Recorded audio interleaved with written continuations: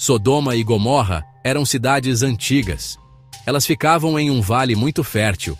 Pareciam lugares de grande prosperidade e riqueza. Muitas pessoas viviam ali, construindo suas casas e seus negócios. À primeira vista, poderiam ser vistas como um exemplo de sucesso. Mas por trás da aparência de prosperidade, algo muito grave acontecia.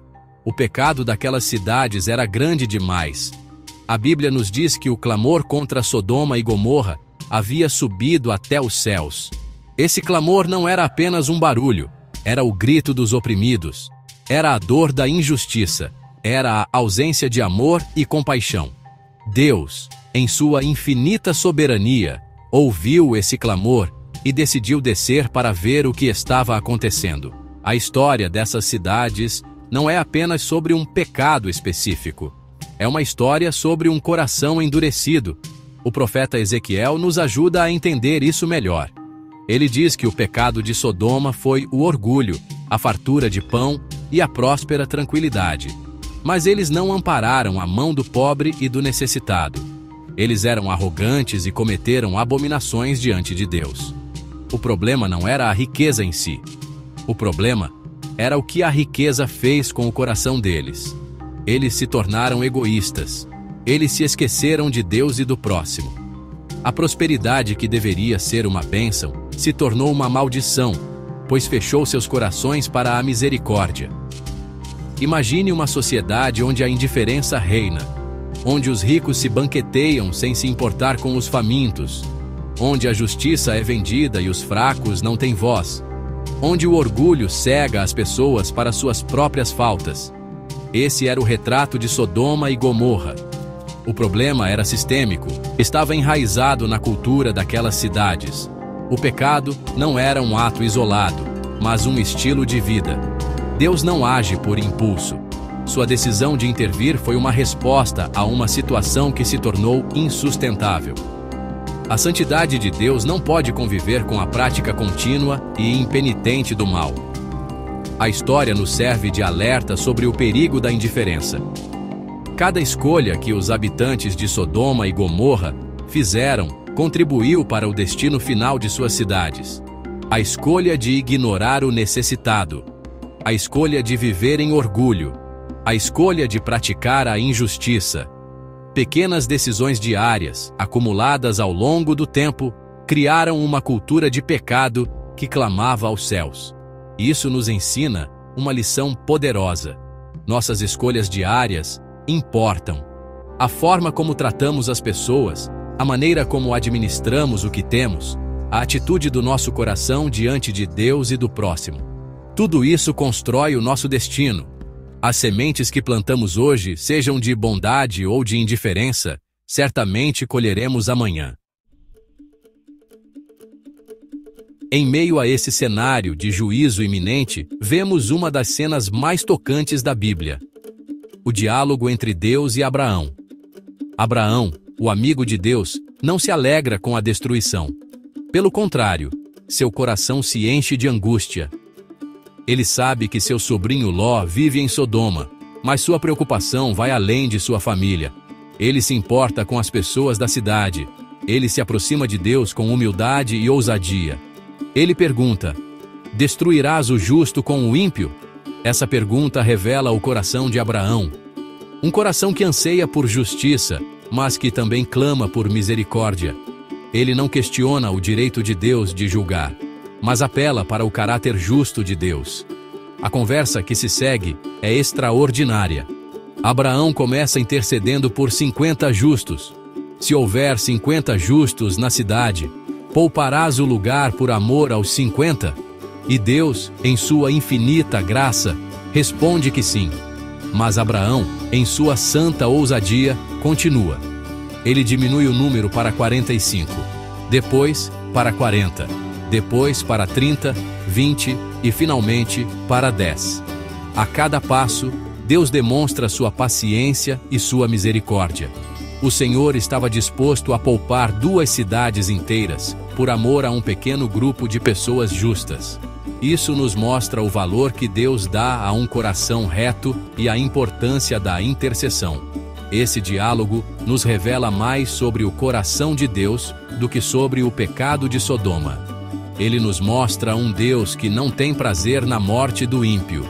Um Deus que busca uma razão para poupar, não para destruir. A justiça de Deus é perfeita, mas sua misericórdia é abundante. Ele ouve o clamor do intercessor. A oração de um homem justo tem muito poder. Abraão não conseguiu encontrar 10 justos, mas sua oração não foi em vão. Por causa de Abraão, por amor à aliança que tinha com ele, Deus se lembrou de Ló e o livrou do meio da destruição.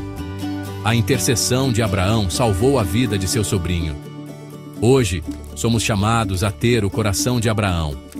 Somos chamados a interceder por nossas cidades, por nossas nações, por um mundo que muitas vezes se afasta de Deus. Não devemos apontar o dedo e clamar por juízo. Devemos nos colocar na brecha e clamar por misericórdia. Devemos orar para que Deus encontre justos em nosso meio. E mais do que isso, devemos nos esforçar para ser esses justos. Pessoas que, com suas vidas, fazem a diferença. Pessoas cuja presença pode ser um motivo para a bênção de Deus alcançar muitos. A oração de intercessão é um dos maiores atos de amor que podemos praticar. Enquanto Abraão intercedia, Deus enviou 2 anjos a Sodoma. Eles foram recebidos por Ló, que demonstrou hospitalidade. Ele os convidou para sua casa, oferecendo-lhes proteção. A atitude de Ló contrasta fortemente com a dos outros homens da cidade. Logo, a casa de Ló foi cercada. Homens de todas as idades exigiam que Ló entregasse seus hóspedes para que pudessem abusar deles. A cena é terrível e revela a profundidade da depravação moral daquela sociedade. Eles não tinham temor de Deus nem respeito pelos homens. A maldade havia cegado completamente seus corações e suas mentes. A iniquidade era praticada abertamente, sem vergonha alguma. Os anjos, então, revelam sua missão a Ló. Eles vieram para destruir a cidade. Eles o instruem a reunir sua família e fugir para salvar sua vida. A ordem era clara: escapa-te, não olhes para trás, nem pares em toda a campina. Escapa para o monte, para que não pereças. Era uma escolha de vida ou morte. Ló hesitou. A Bíblia diz que ele demorava. Talvez seu coração estivesse preso às coisas que ele deixaria para trás. Sua casa, seus bens, sua posição na cidade. Mesmo diante do aviso divino, apegamo-nos ao que é familiar. Foi preciso que os anjos o pegassem pela mão, a ele, sua mulher e suas filhas, para tirá-los da cidade. Foi a misericórdia do Senhor que o salvou. A fuga foi dramática. O sol nascia sobre a terra quando Ló entrou em Zoar. Então, o Senhor fez chover enxofre e fogo do céu sobre Sodoma e Gomorra. A destruição foi total e repentina. Tudo o que havia naquele vale próspero foi consumido. Em meio a essa cena, acontece uma tragédia pessoal.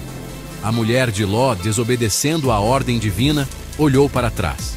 E ao olhar para trás, ela se tornou uma estátua de sal. Seu corpo estava fora de Sodoma, mas seu coração ainda estava lá. Ela amou mais o mundo que estava sendo destruído do que a salvação que lhe era oferecida. Sua história é um aviso solene sobre o perigo de um coração dividido. A história de Ló e sua família nos fala sobre as consequências de nossas escolhas. Ló escolheu morar em Sodoma por causa de sua aparente prosperidade, mas essa escolha quase custou sua vida e sua família. Ele foi salvo, mas perdeu tudo. Sua esposa escolheu olhar para trás e perdeu a vida. As escolhas que fazemos, mesmo as que parecem pequenas, têm consequências eternas. Somos chamados a deixar para trás o pecado e o mundo e a não olhar para trás. Seguir a Deus exige foco, determinação e um coração totalmente entregue a Ele. Não podemos tentar servir a 2 senhores. A salvação exige uma ruptura definitiva com o passado. A história de Sodoma e Gomorra ecoa através dos séculos. não é apenas um relato antigo sobre cidades destruídas. É uma mensagem viva e relevante para nós hoje, em 2025. O legado dessas cidades não é o fogo e o enxofre, mas o aviso que elas representam. Um aviso sobre como o orgulho, a prosperidade sem compaixão e a injustiça podem corromper uma sociedade inteira. Um aviso sobre as consequências de virar as costas para Deus e para as necessidades do próximo. A mensagem central é sobre escolhas. As escolhas que fazemos como indivíduos e como comunidade moldam nosso presente e determinam nosso futuro. As lições de Sodoma nos convidam a um profundo exame de consciência.